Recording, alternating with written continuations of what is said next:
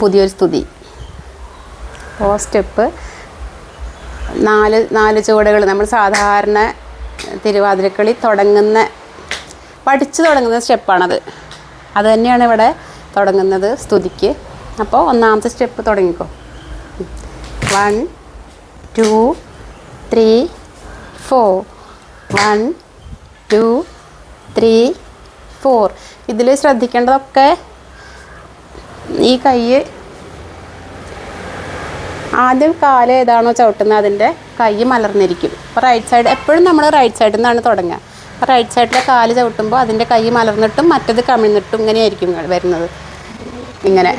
അപ്പോൾ ഇതെല്ലാവർക്കും കിട്ടുന്ന സ്റ്റെപ്പുകളാവും. എന്നാലും ഞാൻ ഒന്നുകൂടി പറഞ്ഞതാണ്. അപ്പോൾ ഒരു തവണ കൂടി കാണിച്ചു കൊടുക്കാം. 1 2 3 4 1 2 3 4. പിന്നത്തെ സ്റ്റെപ്പ് ഏതായിരുന്നു? 1 2. കണ്ടോ, കാലിനൊരു മാറ്റമില്ല, കൈ മാത്രമേ മാറുന്നുള്ളൂ. 3 4. പിന്നെ 1 2 1 2. കാല് മാറി. 1 2 1 2 1. പിന്നെ ഏതായിരുന്നു സ്റ്റെപ്പ്?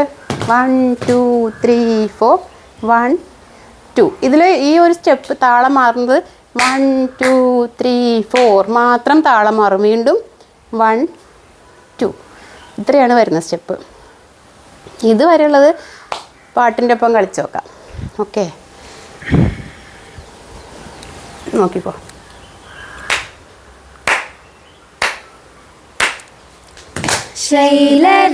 ശൈലരാജപുത്രീ നന്ദനാ ശ്രീഗണനാഥ കൈതവങ്ങൾ തീർത്തു കാക്കണേ.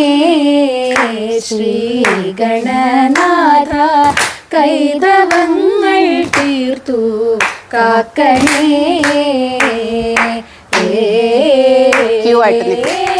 ഗദന്ത ഗജാനന കരുണാകര ഗിരിജാകുമാരക ആഗമതായൊരു രീതിയൊടെന്നിൽ പാർവതി തനയാ തുണ വേണം വെൺകമലവാസേ. ഇങ്ങനെ കളിച്ചിട്ട് പോകും. അപ്പം ഞാൻ ആദ്യം ഇതെങ്ങനെയാണ് കളിക്കണമെന്ന് പറഞ്ഞുതരാം. സൈഡിലേക്ക് പോകുമ്പോൾ നമ്മൾ സാധാരണ എടുത്ത സ്റ്റെപ്പ് തന്നെയാണ്, ഇതേ ചുവടാണ് അതിന്.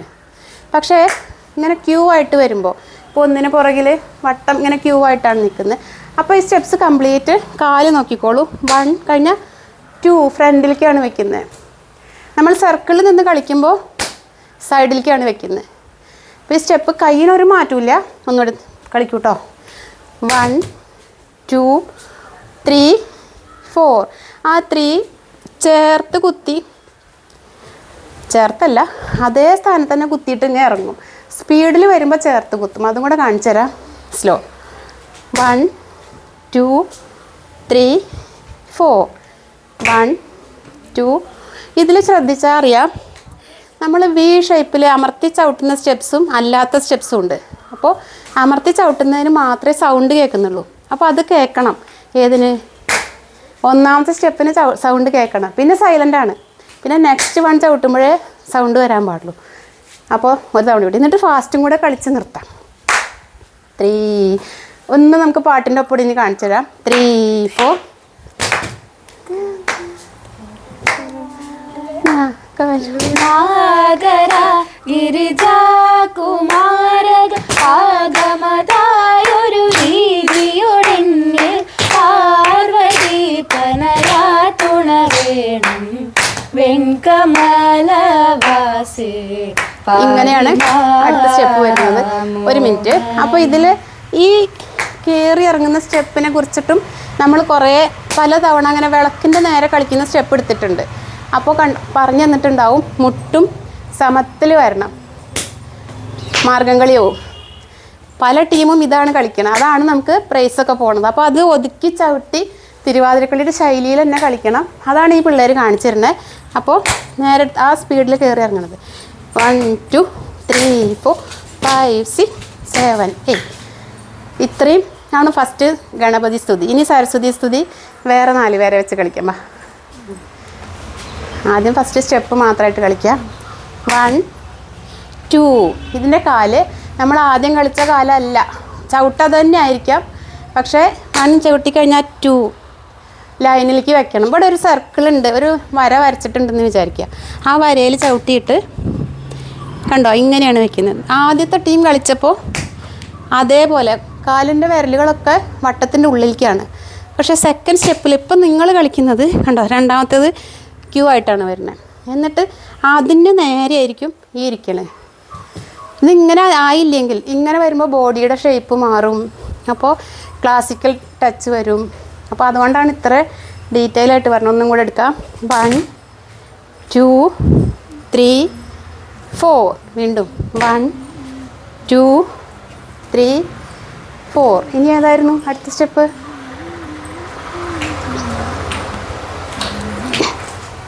1 2 3. അതിൽ 1 ജസ്റ്റ് ഒന്ന് കയറ്റി വയ്ക്കും. 1 2 3 1 2 3. അതായത് 2 3 ഒരു ലൈനിൽ വരും. 1 അര അടി, അതിന് കണക്ക് പറയുകയാണെങ്കിൽ നമ്മുടെ കാലിൻ്റെ പകുതി ദൂരം ഫ്രണ്ടിലേക്ക് വയ്ക്കും. 2 ആ ലൈനിൽ വരും. നമ്മൾ ആദ്യം 1 എവിടെയായിരുന്നോ അതേ ലൈനിൽ 2 3 അവിടെ തന്നെ തിരിച്ചും 1 2 3. അതും കഴിഞ്ഞാൽ പിന്നെയുള്ള സ്റ്റെപ്പ് ഏതായിരുന്നു? ഒന്നുകൂടെ റിപ്പീറ്റ് ചെയ്യും. അത് കഴിഞ്ഞിട്ട് കണ്ണിണയ്ക്കും. ചുറ്റിച്ചവിട്ടി അല്ലേ? അതുകൂടി കാണിച്ചെടുക്കാം. 1 2 3 4 5 6 7 8. ഇതിൻ്റെ കൈ ഒന്നുകൂടി കളി കിട്ടുമോ നോക്കട്ടെ. 3 4 1 2 3 4 5 6 7 8. ഇവർ 7 8 ഇങ്ങനെ നിൽക്കുകയുള്ളൂ. അടുത്ത സ്റ്റെപ്പ് വെക്കുമ്പോഴേ മറിഞ്ഞു വീഴാൻ പാടുള്ളൂ. ഒരു തവണയും കൂടി എടുക്കുക. 1 2 3 4. കണ്ടോ 5ന് മറിഞ്ഞു വീണു. 6 7 8. ഇങ്ങനെയായിരിക്കും 8ൽ വരുന്നത്. ഇനി നെക്സ്റ്റ് സ്റ്റെപ്പിലേക്ക് അത് വീഴാൻ പാടുള്ളൂ. നെക്സ്റ്റ് ഏതായിരുന്നു ഇനിയുള്ളത്? 1 2 3 തന്നെ 1. കളിക്കൂ. ഒരേ സൈഡിലേക്ക് അല്ലേ? ഒരേ സൈഡിലേക്ക് 2. 1 2 3 1 2 3. പിന്നെ ഉള്ളിലേക്ക് ഇങ്ങനെ എടുത്ത സ്റ്റെപ്പ് ഏതിനാ? അത് ആദ്യത്തേൽ കഴിഞ്ഞു. അപ്പോൾ ഇനി അത് പാട്ടിൻ്റെ ഒപ്പം നോക്കാം. നിങ്ങൾ സ്റ്റെപ്പ് മാത്രമാകുമ്പോൾ മനസ്സിലാവില്ല.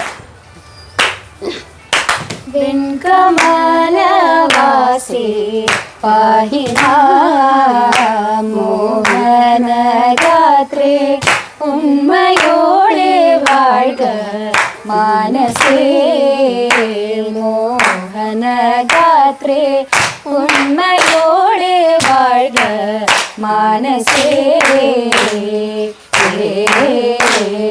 കണ്ണിണയ്ക്കുവിരുന്നൊരു കിടും വെൺപുടവയണിഞ്ഞു ചേലോടു കൺമണിമാരിവർ നന്മയൊടുലകിൽ പെൺമ തൂവി നടമാടി രസിക്കാൻ വെൺകമലവാസി പാഹി മോഹനഗാത്രേ ഉണ്മയോടെ വാഴ്ക മാനസേ. ഇതിൽ അവസാനിപ്പിച്ച പോർഷൻ മാത്രം ഒന്നും കൂടെ. ഫസ്റ്റ് നമ്മൾ അത് തന്നെയാണ് കളിക്കുന്നത്. ആ അവസാനിപ്പിച്ചത് അത് ഈ കുട്ടികൾ ചവിട്ടി ഇങ്ങനെ എടുത്ത് കഴിഞ്ഞിട്ട് ഇതും കഴിഞ്ഞിട്ട് 1 2 3 4 ഇങ്ങനെ സ്റ്റെപ്പ് എടുത്തിട്ടുണ്ടാവും. അതിൻ്റെ കാലിൻ്റെ ഡിസ്റ്റൻസ് പറഞ്ഞുതരാം. 1 2 ഈ ഡിസ്റ്റൻസ് ആയിരിക്കും. ഈ 2 വെക്കുന്ന സെയിം ഡിസ്റ്റൻസിലാണ് ഇത് വെക്കുന്നത്. അതോടുകൂടി അതും കഴിഞ്ഞു. സ്തുതി, ഗണപതി, സരസ്വതി സ്തുതി. കുഞ്ഞു കുട്ടികളാണ്, ചെറിയ മിസ്റ്റേക്കൊക്കെ ചിലപ്പോൾ ഉണ്ടാവും. ഇപ്പോൾ പഠിച്ച് തുടങ്ങിയിട്ടേ ഉള്ളൂ. ഇഷ്ടപ്പെട്ട് കാണുമെന്ന് വിചാരിക്കണം. എന്തായാലും എല്ലാവരുടെയും അഭിപ്രായങ്ങളൊക്കെ പറയണം. എന്താ പറയുക, ഒരു 2-3 മാസത്തെ എക്സ്പീരിയൻസ് അത്രയേ ഉള്ളൂ. പക്ഷേ ഇവർ സ്റ്റേറ്റിലൊക്കെ പോയി വിൻ ചെയ്ത പിള്ളേരാണ് കേട്ടോ. അപ്പോൾ നമുക്ക് അടുത്ത പാട്ടായിട്ട് കാണാം.